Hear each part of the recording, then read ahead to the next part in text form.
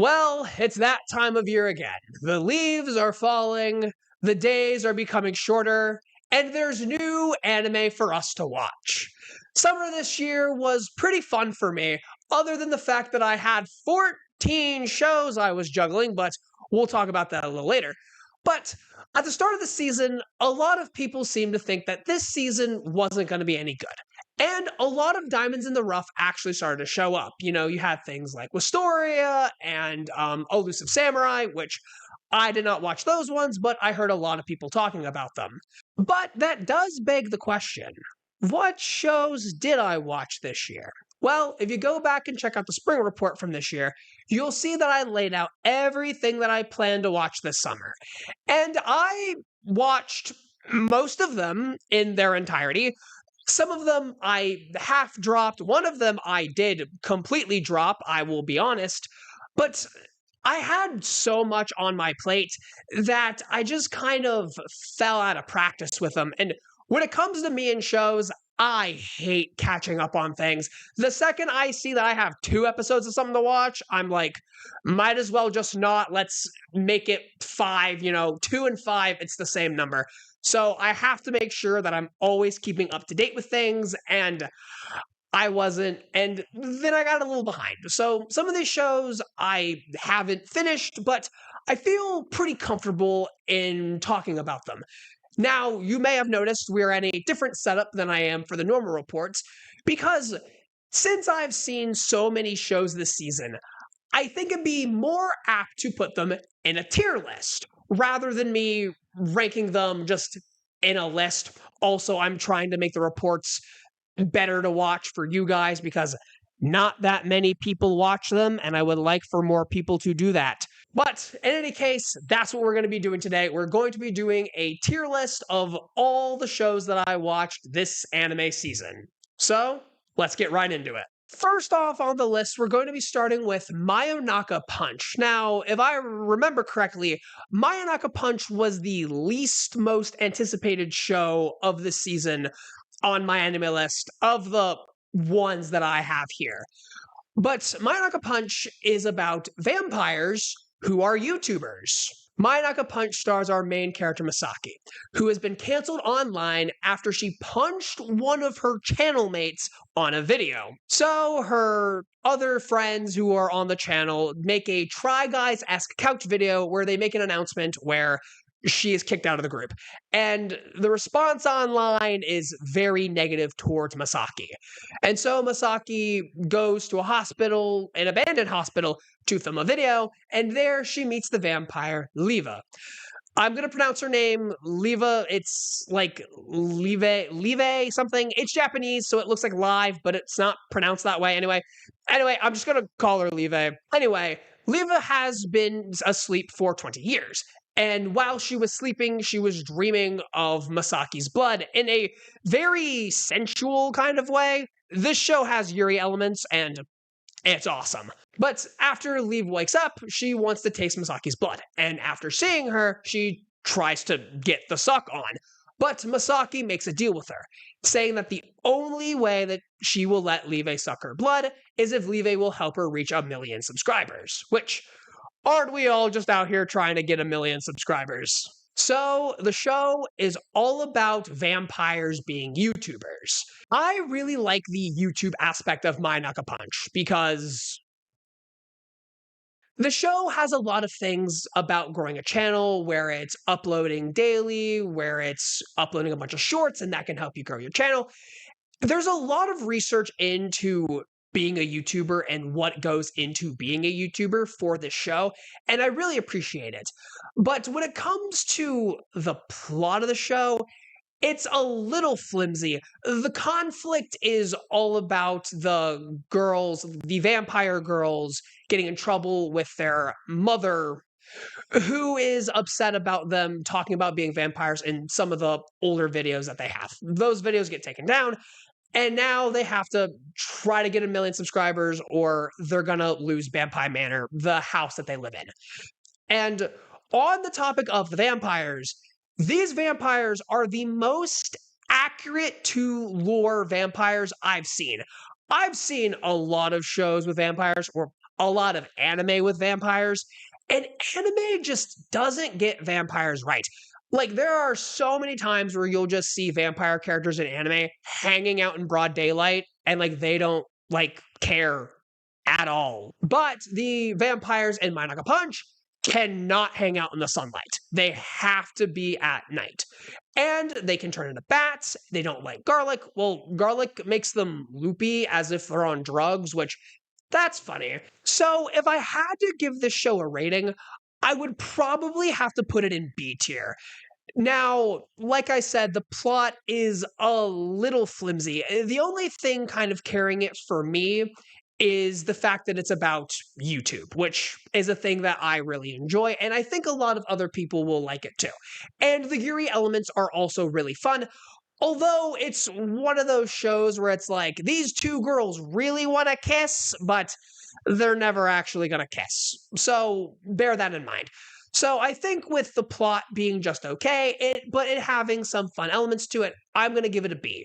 Now, if I was judging this show based off of the opening, I would have to give it an S, because this OP is a bop. Next, we are going to move on to a show that I didn't end up finishing. I'll finish it one day, but I just got a little burnt out on it because I wasn't enjoying it as much as the other shows that we're going to be talking about. And that is VTuber Legend, How I Became Famous After Forgetting to Turn Off My Stream. Nailed it first try. That title's a mouthful. I'm glad I got it off the dome. Anyway, this is about our main girl who is a VTuber. And she's a very wholesome, say-so kind of streamer. But when she turns off her stream, she gets hammered. Like, this girl loves her Strong Zero, which is a popular alcohol brand in Japan, which is very, like, doesn't taste like alcohol, but it's got a lot of alcohol in it. So she gets plastered after stream one night and starts watching the streams of her other associates on the YouTube, VTuber company. Company. I forget what the company's called. It's called Live On. She watches the other streamers from Live On, which is the company she works for. But anyway, she watches her fellow gen mates, and this show is horny as hell. Like, this girl says the word gooning multiple times. Heck, she says it at least twice just in the first episode alone. Anyway, she gets really dirty, she gets really drunk, and she's just having the time of her life talking about how much she wants to bang her fellow VTubers. And then she goes to bed thinking nothing of it. But when she wakes up the next morning, as the title suggests, she never turned her stream off. So everybody was just listening to her like drunk ramble and say all this naughty, etchy, lewd stuff about these other girls. And now she's pretty famous and she's known for being a drunk. It's a show that is driven solely by comedy and not just like this kind of lol random, oh, we're being dirty and that's funny. The referential humor in this show is insane. I planned on mentioning this in my seasonal report, but I ended up not mentioning it for some reason. But this show is made by the same people who made High School DD, School Days, and a bunch of other things. And that's relevant because Rhea Scremery herself appears fully animated in this show. They even like censor her like they do in DD with like the D on her double Ds. Like, I was like, this is insane. There are so many references in this anime. And like not just like to High School DD and to School Days and other anime stuff. There are plenty of like real games put in this show. Like Getting Over It with Bennett Foddy is just in the show. Like, you could take a screen cap of the anime and it would just look like some VTuber playing Getting Over It with Bennett Foddy. Like, it's crazy to look at. There are also plenty of references in the ending songs as well. I didn't catch all of them. Like, I actually didn't even catch on until like episode 6 when I actually recognized one of the songs. But my assumption is that all of the ending songs are taken from other anime because in, I believe it's episode 6, one of the VTuber girls, she wants to be like a baby. That's her gimmick. And she sings the first opening from Welcome to the, or she sings the first ending from Welcome to the NHK, where it's about wanting to be turned into a baby. So that like fits her character. And also it's a big reference to Welcome to the NHK. And it was a big shock to me. Like I was not expecting to hear that song as an ending to this anime. And every ending is different. There's one ending where it's like their song that like they all perform. You know how like VTubers will all do like a song collaboration together? It's one of those, and that's the ending for, I think it's like episode 3 or something. But all the other ones seem to be references to other anime. So if you've seen the show and you caught some of the references, let me know down in the comments. The plot of VTuber Legend is also, like Mayonaka, pretty flimsy. It's just about this girl hanging out with and having fun, being drunk and talking to all her VTuber friends and just having a good time. Now, I've only watched up to episode like 9, so if actual conflict is introduced after that, I don't know. But from what I've seen, it's just funny comedy with a lot of references to other anime and a lot of gaming references. If you're a fan of VTubers, I think you'll like this one. But since it's a comedy, there's not like a lot that you can really get out of it. I've noticed with a lot of comedy anime, it's very bit oriented and not so much like story oriented. So it's a fun romp, but maybe not for like more than a couple episodes. So where am I gonna put it?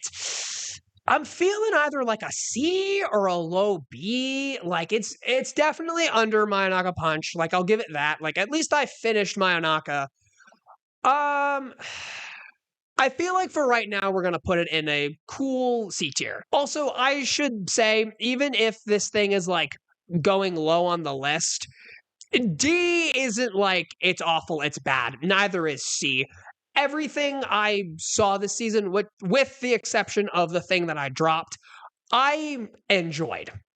So let us continue. And now we can talk about Makaine, Too Many Losing Heroines. This show was one of my favorites this season. This one I actually kept up with every week. Every Saturday, I was there watching this show, excited and hyped to watch it. I love the premise. The show is about our main boy, Nukumizu, who is a huge otaku and he loves reading light novels. He thinks of himself as a background character, but one day he witnesses one of his classmates getting rejected by her childhood friend. Doesn't it always go that way? And then Nukumizu ends up comforting her. I think it's against his will, but he still ends up comforting her. And the show is Nukumizu collecting a harem of all these girls that have been rejected, which is a really neat premise for a show.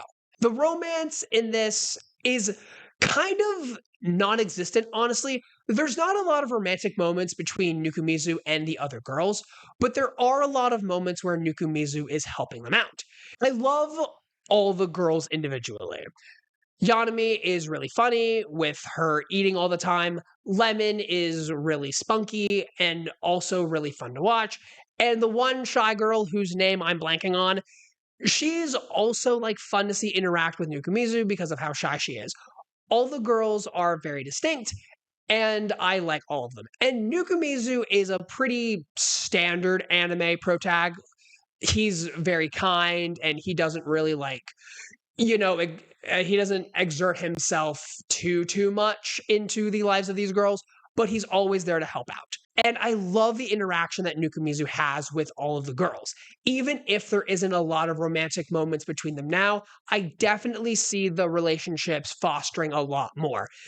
This one, I feel like is going to get a lot better as it is allowed to continue. Right now, I feel like it's good, but I definitely see it getting better. I hope it gets a season 2. I don't think one was announced, but if it does get a season 2, I think this one will be something really special and will be something that you shouldn't miss. Also, it's being made by A1 Pictures, and it looks phenomenal. A1 goes so hard with the animation and the way that they adapt things. So this one is worth watching just because of the production value alone. But again, the story is pretty good. And the characters are also good too. So I know I floundered a little bit on that one, but I am trying to be very positive about this show. And I think we're going to give it a nice, solid A tier. Again, I think it can definitely improve, but if it does improve, I think it can go right into that S tier. Next, we're moving on to something that I was really excited about after seeing episode 1, but as time went on, I started to get a little cold on the series. And that is Love is Indivisible by Twins. This show is about a set of twins who both have a crush on their childhood friend. And the drama in this one is insane. Like, episode 1 sets the drama up so well, where both of our girls have had a crush on the main boy for like their entire lives. Rumi is the sporty one, and Naori is the very nerdy, otaku-centric one. Naori is similar to our main boy, but Rumi is actually the one to catch his heart first. Well, he has a crush on Naori first, but Rumi gets to him first and asks him out, and then they start dating. But then by the end of episode 1, Rumi has dumped him and then tells him to go date her sister. Again, this all happens and is all set up in episode 1. This show gets messy. Now, I love drama. I used to watch Bold and the Beautiful with my mom every day while I lived with her. But there comes a time when you can't suspend your disbelief this much. The characters do not act realistic at all. There's only so much like pushing and shoving and like trying to take back I can take before I'm just like, look, do you want the guy to date you or not? Because it starts with Rumi being like, no, I feel guilty. I don't want to date you. Take him, Naori. And Naori goes, okay. But then she's like, no, I don't want you to just hand him to me. Go away. But no, come back because I want you to love me anyway. What is she doing? Naori is infuriating to me. She started as my favorite girl, but then as she just got schemier and schemier, she just got so unbearable. But like, it's not like she's trying to keep Nukumizu locked down. There are times where she will actually tell him, hey, go to Rumi, go comfort her. What do you want? What do you want? Do you want him to always be by your side or always be with Rumi? Pick one or the other. I'm kind of playing this up a little bit. This show doesn't piss me off that much. It's just the characters aren't well written at all. I really don't think this guy should go out with either of them because they just want to mess with his head all the time constantly. And so, yeah, because of that, this show is going to get, I think we're going to go under VTuber Legend. We're going to give it a C because VTuber Legend doesn't like offend me in any way. But it just seems like Love is Indivisible by Twins is insulting my intelligence a little bit by just being this drama fest all the time when I can obviously see that no person would act like this. All right, looks like we're staying on the negativity train because now we're going to talk about Shoshimen's series. Now, Shoshimen's series is written by the same guy who did Hyoka. And Shoshimen is very similar to Hyoka. It is a mystery series where our main character used to solve mysteries all the time, but now he wants to be ordinary and just live out his days. And we see him doing that with the main girl, Osanai. Osanai in middle school was not ordinary herself. I almost spoiled something that I kind of don't want to spoil. But she wants to live an ordinary life too. So both of them have decided to kind of mind their own business and stick together and live ordinary lives. Well, our main boy can't really do that because he keeps getting dragged into solving mysteries. Now, the setup is very similar to Hyoka, having our main boy solving all these mysteries with a girl that he probably has a crush on. So I'm constantly going to compare this show to Hyoka because they have very similar themes and similar setups, and they're made by the same guy. So, how does this show compare to Hyoka, and also how does it compare to other things I've seen? Well, this show has so much subtext in it. You have to infer a lot about this show. Nothing is really spelled out for you. Now, I'm not saying that you have to be really smart about the show or, that I'm not smart enough to understand it.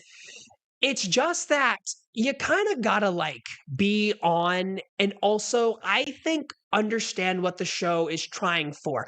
I think Shoshimin would be better if you watched it a second time through because you know where it's going and you know what it's trying to set up. But when you get to the end and you kind of start to realize, oh, this is what it was telling me and this is what they were doing the whole time, you kind of go, but I didn't get any of that while I was watching it, so it kind of makes it feel like the show wasn't written well enough. Like, spoilers for Shoshimin because I just have to set this up. I'm going to spoil the last couple episodes. If you want to skip forward, click to this timestamp. I've done this take a couple times trying to not spoil it, but I just got to spoil it. At the end, our two characters decide to break up. They weren't dating in the first place, but they decide to split up because I think they're trying to say that they had a codependent relationship where Osanai was relying on the main boy to keep her in check, and then she also used him to get a girl in trouble who kidnapped her because Osanai caused her to herself to get kidnapped. And so they break it off. And then in the last couple minutes of the show, they both kind of get pushed to new romantic partners that come completely out of nowhere. So I think what the show was going for was to quietly set up that these two were getting closer and starting to form romantic feelings for each other. But then at this moment, they break off, and then Osanai doesn't have feelings for him, but boy sure did over here. Because this other girl is like, hey, go out with me. He's like, what? What? And then the show ends. And it's like, what? What were we doing? And all of the romance setting, it was just these two characters hanging out. And it could have been platonic, it could have been romantic. But to me, it just read as platonic. But I think the show was trying to lead me to believe that it was less so. I think the part where he eats her Charlotte cake was him flirting with her, but it's really not clear. I'm just putting that together in my head right now. So I really think the show falls flat because of how reliant on subtext it is. Now, in Hyoka, the relationship between the main boy and Chitanda, it's not bashed over your head, but you can definitely see that the main boy totally has a thing for Chitanda. And it's not like anyone has to spell it out for you at the end. You just kind of get the feeling. Also, back to Hyoka, I think Shoshimin needs a better presentation because since it is a mystery, it's a lot of characters just talking. But they don't just have the characters talking on screen all the time. Sometimes they cut to these weird bits where the characters are someplace else, either talking or walking around. I didn't really figure these out, but it was a way for the studio to show something visually interesting without just having the characters standing talking to each other. But this is also done in Hyoka because the two shows are very similar. And in Hyoka, it's a lot better than with Shoshimen. Hyoka is made by KyoAni, so obviously the show's going to look great, and they're at the top of the class when it comes to animating. So of course they're going to go hard with everything. And if you haven't watched Hyoka, definitely go watch it just for KyoAni's work on it. But you'll see that it's really interesting to look at when the main boy is breaking down all of the mysteries. They have really fun visuals that they show, which are better than the visuals that they use for Shoshimen when things are getting broken down. So I think because it's doesn't live up to Hyoka as like an adaptation, and also the fact that it relies too much on subtext, I'm gonna have to give it like a C tier. I'm gonna put it above, definitely above Twins, because Twins has like faults in like the writing of the characters. I think Shoshimen is more not my thing. I could see some people liking Shoshimen and appreciating the subtext a lot more, but just not me. So, and I am gonna put it under VTuber because even though I did finish Shoshimen, Shoshimen only has 10 episodes, so I was able to kind of catch up on it. So we're just gonna put VTuber ahead of it, just because I feel like VTuber is a better experience on the whole. Now on to the second season of something that I talked about in a previous report. This is Cafe Terrace Season 2. Now, I have read the Cafe Terrace manga, and this part of Cafe Terrace is like pretty good. Cafe Terrace right now just isn't good in the manga. Like, this show really needs to wrap up. Like, come on, Seo. Like, just finish the dang thing. You don't have any more ideas. Just please end it soon. But with Cafe Terrace Season 2, it's a good part of the manga, and it's more the same of Season 1. You have our 5 girls all working in this cafe, run by the main boy Hayato, and this season we get introduced to 5 new girls who are all ripoffs of the actual main girls of the show. There's a lot of humor, a lot of like ecchi fan service. They talk about the main boy's penis so much this season. It's ridiculous. And they do, in Cafe Terrace, they do this thing where Hayato will walk away and then he'll come back. And when he comes back, everybody's naked. They did that like 3 times this season. It might have been 2, but it felt like it was 3. It wasn't really funny the first time they did it, and it wasn't really funny the second or third time they did it. So yeah, Cafe Terrace is very fan service oriented, and it's a nice turn your brain off harem. Now, one thing I will complain about, and this is a classic devbrevyt nitpick. In the manga, there's a panel where one of the girls, Oka, is like stripping, she's taking her shirt off. And the manga panel, man, that's a nice panel. But in the anime, they change her expression and it just kind of messes with the scene. Like, it's just like giving her a smile, but I don't like it. Her expression in the original manga is like sexy. It's so nice. But the smile is just like, it's that like teethless, like anime girl smile where it's like, so it just takes away from it, and I didn't really appreciate that. But that's again a nitpick. I think we're gonna give this one a B, above or below Mayanaka. Probably above Mayanaka because I have read the manga. So if I hadn't read the manga, I probably would have been more invested in this season than if I hadn't. When it comes to like me seeing new things, I get really excited, but when I'm seeing things that I've already like read before, I don't get as excited. So I tend to give more hype to things that are new to me. So we're going to try to forget that and rate it as if like I've just seen it for the first time and I'm just getting my blank objective opinion of it. I say objective as if objective is like not the opposite of opinion, but whatever, you get what I'm saying. I'm just digging myself a hole with it. This video is a mess. And now on to my dress up dark, 2.5 dimensional seduction. Yeah, okay. So I heard about this manga a while ago, and I heard that it was a ripoff of My Dress Up Darling.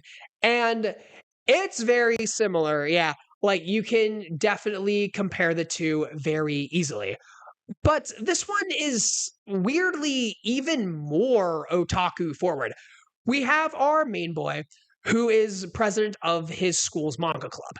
and he's the only member in the club. And he is a big fan of this one anime girl called Liliel. And one day, a freshman student comes into the club, and she is also a big fan of Liliel. Her name is Ririsa, and she is our Marin substitute for this show. She loves cosplaying as Liliel, and she has her own costume ready to go. And she wants to do cosroms, which are selections of photos on CDs that get sold at Comic-Con and other kind of cosplay events. And it's just about these two discovering the joys of cosplay and trying to get their trying to keep their club room that they have. And it's a pretty candy kind of romance. Now, I think the romance elements in My Dress Up Darling are better. In fact, I think My Dress Up Darling is just better in every regard, but there are some good things about this show. I will say this show is censored. So if you have read the manga, get ready for that.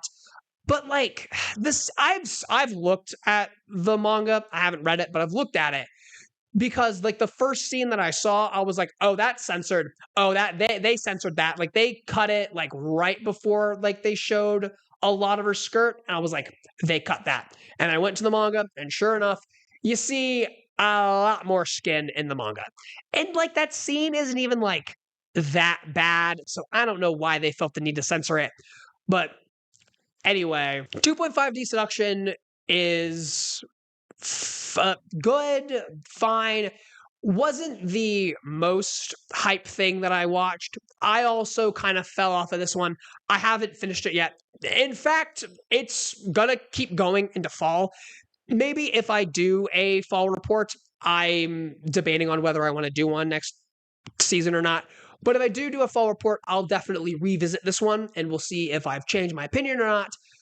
So I think we're gonna have to rate it. And then while I do that, I will also yada yada some more about the main boy.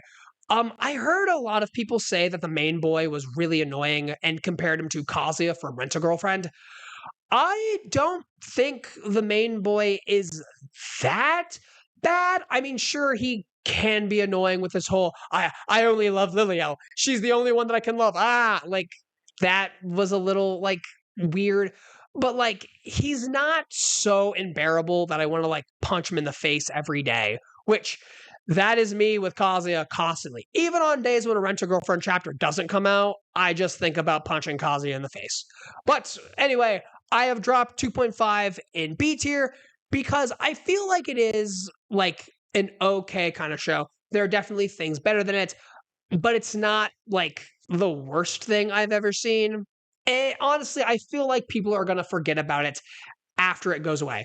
I mean, heck, people have kind of forgot about My Dress Up Darling, and My Dress Up Darling's pretty good. And now we have something where I immediately know where I'm going to put it. And that is Gigi Harem, or Pseudo Harem in English. And it's going to go right there to the S tier. My laptop's kind of lagging. Bear with it. Gigi Harem, I thought, was an okay show when it first came out. Gigi Harem is about our main boy who meets a girl, Rin, who is an actress. She's in the drama club with him. And it's called Pseudo Harem because Rin just acts out all these different members of this harem. There's Tsundere-chan, there's Cool-chan, there's Spoil-chan, there's Imp-chan, or as I would probably call her, Bitch-chan. But she creates a harem just with her own acting skills. And the beginning is like a straightforward comedy. Like it is all bit all the time. Rin is honestly barely a character in the beginning. She's just a vessel for this joke that the series has for her. If you told me Gigi Harem was based off of a 4-coma, I would believe you. Because in episode like 1 through like 3, all of the plots are really short and it just rips through them like that. And they're all centered around Rin acting like one of the characters or one of the members of the harem. and just having a moment with her senpai. Around episode 7, the plots get to be a little longer, and Rin stops being this gimmick so much. She still acts like these characters, but not as much as she did in the beginning. In fact, she has a gradual change where at the beginning she is constantly doing her characters, but then she'll slowly start acting more like herself as she tries to get her senpai to fall in love with her and not her characters. And then after episode 7, she is purely just her, only breaking out the characters every once in a while for the good old days. Rin is my favorite girl this season. And honestly, it's not just because of her bits and how cute her moments are with the main boy. It's because Cool-chan is literally just Yukino Yukinishita from Snafu. Like, Rin's voice actress is the same as Yukino's, and I picked it up. Once she went into Cool-chan, I was like, I know who that is. That's my girl Yukino. And there is a moment where Rin and the main boy go to a cat cafe, and she does the Cool-chan bit, and she's just Yukino. Like, she's literally meowing at this cat, and it's Yukino's meows because it's the voice actress for Yukino, and she only has one meow that she can do. So she's just meowing at this cat as Yukino. And Rin kind of looks like Yukino anyway. Rin is awesome. Not only is she super cute, but she can also just be my waifu whenever she wants to be. So we gotta put great value Yukino right up there in S tier. But it's not just because of the girl or because of her voice actress. The romance between these two is super sweet. I found myself saying aw a whole bunch. So if you're a fan of romance anime, definitely give this one a shot. Speaking of romance anime from this season that I recommend, we gotta talk about Days with My Stepsister. Now, I know what you're thinking. Oh, not another incest show. But wait, this is different. This is not Domestic Girlfriend. This is not Oreimo. This is not My Stepmom's Daughter is My Ex.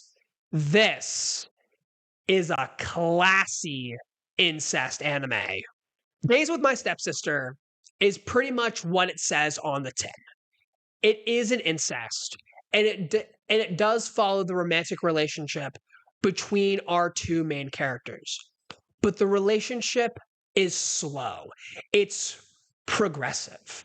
And this show does not feel like an anime at all. There aren't a lot of tropes that it relies on. The way that it's shot, I want to say shot, but it's not shot on a camera. The way it's framed is reminiscent of a Western rom-com. This feels very different from other anime. Hell, it feels different from other incest anime. The show is mature. It takes its time. It has drama, but it's not overly reliant on it. This show is a really, really solid romance. I wanted to rate this really highly on Mal, but I did have to stop myself because I do feel like I am giving in a little bit too much to the hype that I have for it, but it is pretty solid. I would, if I could do decimal points on my anime list, I would give it a 7.7 or a 7.8. We're almost there at an 8, but I don't think it's a solid 8 that other things that are. Gigi Harem, solid 8. But Days with My Stepsister just barely misses out. The characters in Days with My Stepsister are all well written, and the plot is beautifully executed. And it deals with a lot of stuff that other incest shows don't deal with, like the taboo aspect of this. And I know Domestic Girlfriend does that too, but it does it in a very over-the-top dramatic kind of way. Days with My Stepsister is more subtle. Like I said earlier, it's a very mature show. So I definitely think this one is worth the watch. I'm not going to drop it immediately into S tier. I feel like I want to save that just as the Gigi Harem incubator, but I am going to put it above Makeine because I feel like the story in Days with My Stepsister is better than Makeine, and I actually think that the characters are about on the same level. So I'm giving Days with My Stepsister the win because of the story aspect. I'm sure this next opinion won't make people mad at me, because now we have one of the more anticipated anime of the season, which is Roshidere, or Alya sometimes hides her feelings in Russian. Now, at the start of this season, I was very excited for this one. Hell, I thought Alya was going to be my new waifu, but apparently that is not the case because we have Rin. But I was very excited. I was enjoying this anime when it first came out. But as it went on, I started to enjoy it less. Now, I still like it. I still think it's a good show. But let me cook here and let me explain why I don't like Alya as much as some of the other things on this list. The thing about Roshidere that I was most excited to see was Alya, the main girl. I loved her premise. I loved her gimmick of her being very cold on the outside, but still like letting her feelings show through Russian. Whenever those moments happened, I was very happy and I was very giddy. I loved every second. And man, this show makes Russian sound so sexy. I apologize to any time that I've ever said in my life that Russian isn't a love language, because man, Roshidere is making me think that it might just qualify as one. I said the word sexy a lot today. I wonder what's happening with me. But Alya doesn't do the gimmick a lot.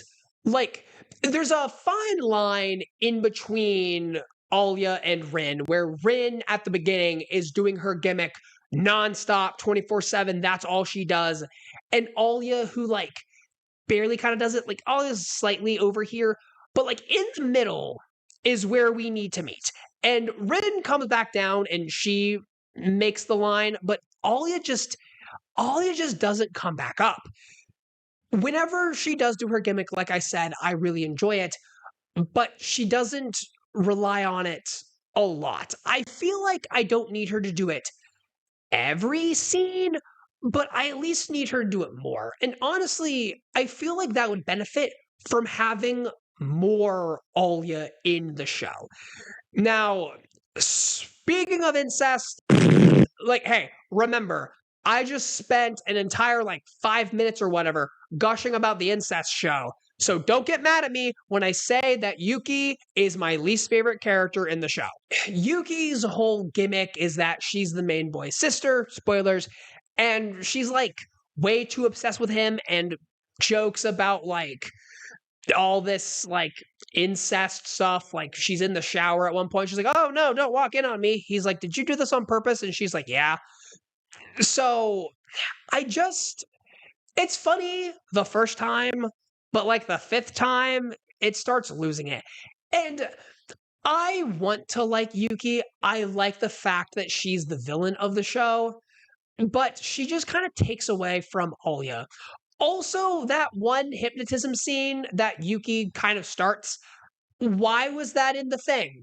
Why did we need that? I don't think we needed it. Also, like, I'm reminded that I feel like the show has too many characters. Like we have Alya, we have the sister, we have the maid, we have Masha, Alya's sister, and then there's like the side ponytail girl and that glasses girl.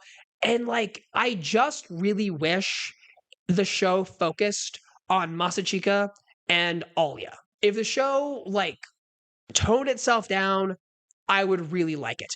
Honestly, I'm trying to turn this show into Gigi Harem because I like Gigi Harem more than I like this one, but I feel like the two are comparable because they both have a girl that is based on a gimmick and she can carry the show, but Alia just kind of isn't allowed to do that because the carrying force in the show is the conflict between Masachika and Alia and Yuki.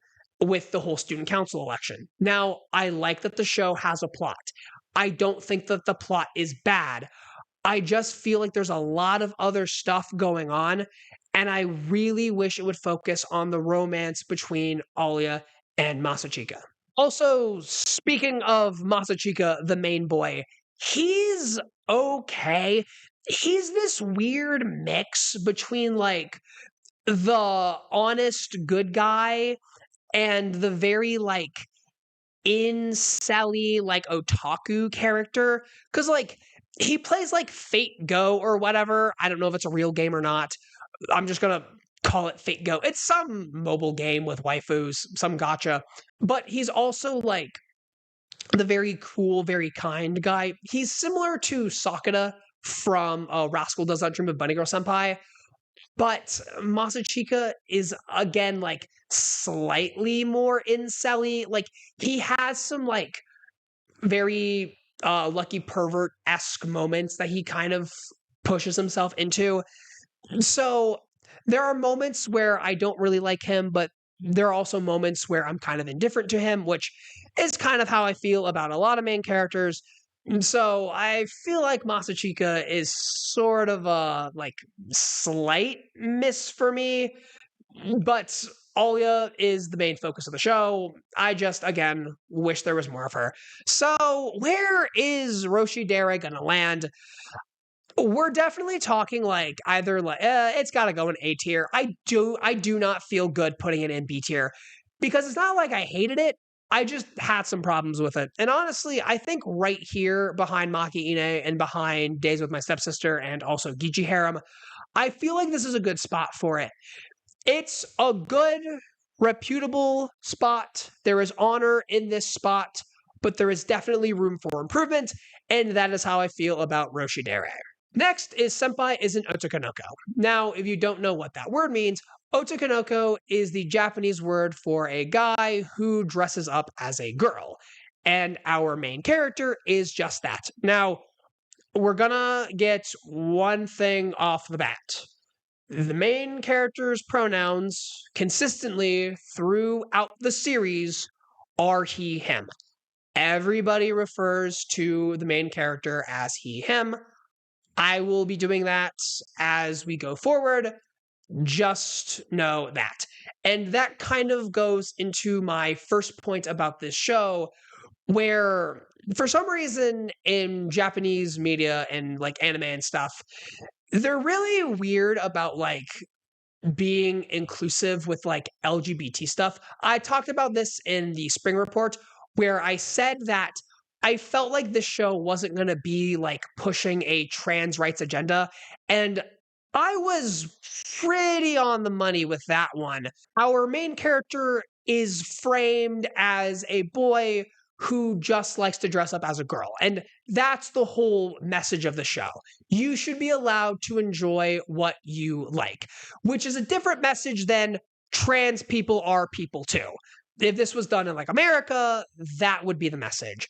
Although here, the message is you should be allowed to enjoy what you want, which is like an okay message to have, but sort of like misses out when you have a story like this. Like you could try to do something with it, but they're also trying not to make like big waves and make a big political statement that might get them in trouble. You know, Japan's a little conservative when it comes to that stuff. But that being said, the main character's best friend, whose name is Ryuji Taiga, by the way, is straight up gay. Like, he liked his best friend way before he started wearing a wig. He liked this guy when they were in kindergarten. He's all over him, and I love that for our boy Tiger Ryuji. He can have his little boy crush all he wants. Go get it, king. But when it comes to the story of Senpai as an Otokonoko, it does a lot of stuff with sexuality. Mainly revolving around Tiger Ryuji, but also around the main boy himself. There's a part where the Chad of a dad asks our main character if he wants to be a girl or not, but our main character doesn't really know himself. But the dad allows him to go to a school far away where he can pretend to be a girl, and then he is enrolled as a girl. The dad is just the best anime dad I've ever seen. The mom, on the other hand, she's a little different. Now, she has reasons for why she doesn't want her son to like cute things, and that's a spoiler. I'm not going to get into it. But she's really upsetting, like in the beginning, to where she really does not want her kid to like anything pink. And that's very wrong. And I love that the show is taking the step to be like, hey, that's messed up. Don't treat your kids that way. I also have to mention the girl, Aoi, who has like a back seat in the story a little bit so far, but she's definitely going to be the main love interest for our main character going forward. She is great. She's a nice little cinnamon roll who likes the main character despite whether he's a boy or a girl or whatever. So I really love her. And she also has like some aromantic tendencies too. So this show is very inclusive when it comes to sexualities. Even if it's not like pushing a trans rights agenda, it's still pretty progressive in the way that it handles itself. So I was right in one aspect in the last report, but I was also wrong in some other aspects. So we're going to go ahead and we're going to put it behind Makeine, but above Roshidere. Because I like that this show. What show is this called? Otsukanoko. I like that Otsukanoko is a little tighter in its characters. It really only has 3 main characters with a couple supporting characters. So it does that better than Alya does. So that's why we're gonna put it above Alya. Okay. I mentioned before that there was a show that I dropped, and we have it right here. It's Isekai Suicide Squad. There's not really a big reason why I dropped it. I just had so many other things that I was watching. Heck, I probably should have started with this one because I have not a lot to say about it, but I just went in order as I saw things on the tier list. But yeah, we're going to give it a D just because I dropped it. Like, I don't have any complaints about it. I just gave it 2 episodes and it didn't really like hook me, and I watched it a little late, and it was after I was watching like all the other stuff. So like, Gigi Harem had grabbed my attention at this time. Alya was popping off. Twins was like great for the 1 episode that I liked it. So I just had way more things that I was excited about. And Isekai Suicide Squad was just the Suicide Squad in generic fantasy anime number 37, But I do have a couple things that I want to say about it. One, Callie, great job on that ending. Go Getters is an awesome, awesome song. 2, why does the Joker have like 2 mouths? Like, I know that he doesn't have 2 mouths. I know that the one is just like painted on or whatever. But like, when I look at the character, I'm like, okay, that big mouth, like that makes sense as his mouth. But then he has an actual mouth, and then he talks out of that mouth. And I'm like, wait, why do you have 2 mouths? I just feel like he could have had the big, like, smile mouth as his actual mouth, and it still would have made sense as a character design choice rather than having, like, the small mouth. And if he does have the small mouth, why give him the big mouth? It's just weird to watch him talk with, like, a small mouth when he has a big mouth right on his face. How many times can I say mouth in, like, 1 minute? Cool. Okay, that's all I have to say about Isekai Suicide Squad. I probably shouldn't have even included it on the tier list, but I wanted to just keep all my ducks in order if someone had watched the spring report and wanted to know what I had to say about it. But there it is. I dropped that for 2 episodes. But now we can move on to something I have a lot to say about, because this is Oshinoko Season 2. I love Oshinoko. That's not a surprise. I've made like 4 videos on it. But this part of Oshinoko is fantastic. This is the Tokyo Blade play, and I loved reading this in the manga, and I loved watching it. The presentation in this show is phenomenal. They went so hard with the animation.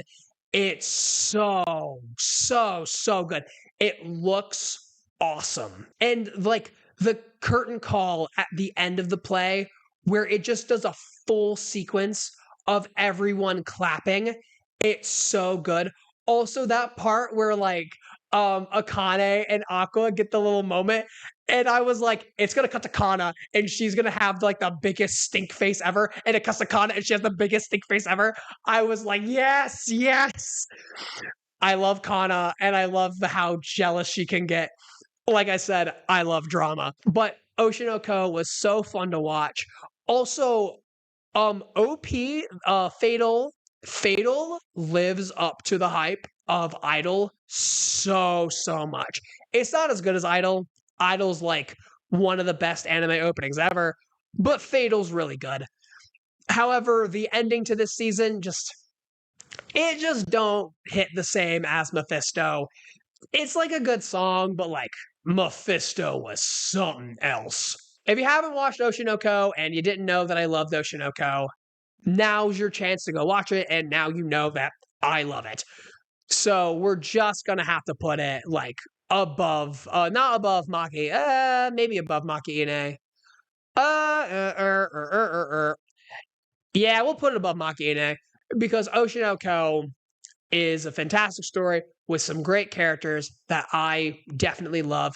And it was exciting watching stuff that I had seen. Like what I talked about with Cafe Terrace, where I was like, I don't get as excited watching stuff in an anime where I've read it in the manga.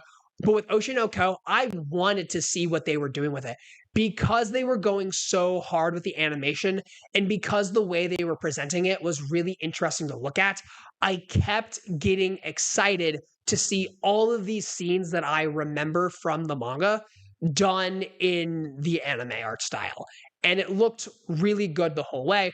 So Oshinoko was definitely a big hit this season.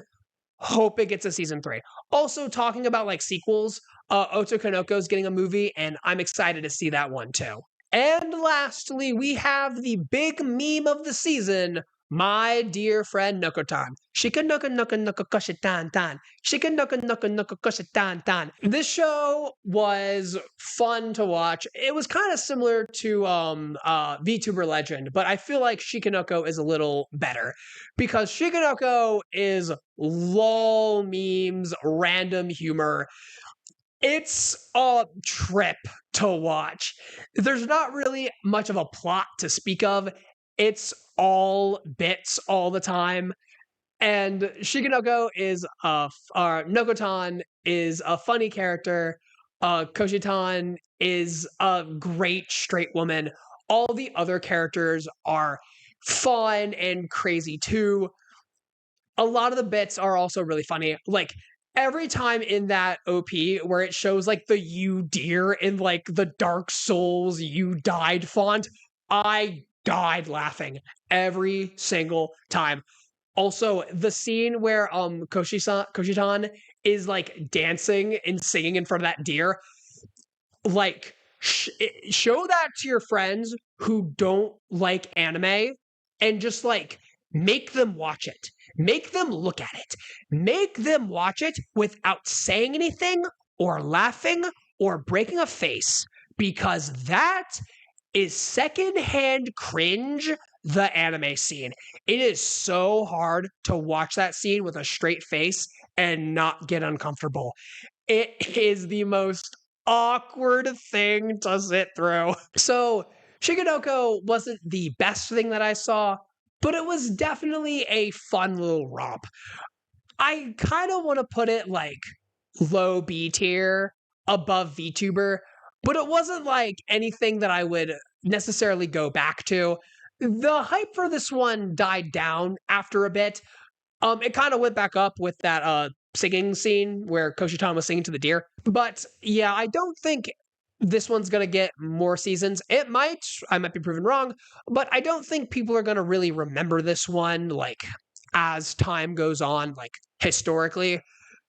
And that's kind of how I feel about it. I feel like I'm gonna forget about this one as time goes on. Like Yuji Harem is gonna stick with me, Stepsister is gonna stick with me. But this one, I feel like I'm gonna forget about it in a couple seasons from now. But we will all remember the song, and that will probably bring us back to reality. And so there is my tier list. I think this is a pretty good list. I only put one thing in S tier because I feel like S tier has to be like reserved for like the cream of the crop. So I didn't want to go too crazy. But you can definitely see my romance bias. I didn't really watch anything that wasn't romance based other than Isekai Suicide Squad, but I barely watched that one. So let me know what you thought of this season. Tell me what you think about the shows that I talked about. Tell me if there was anything that I missed. And make sure to leave a like, subscribe, and with that, sayonara.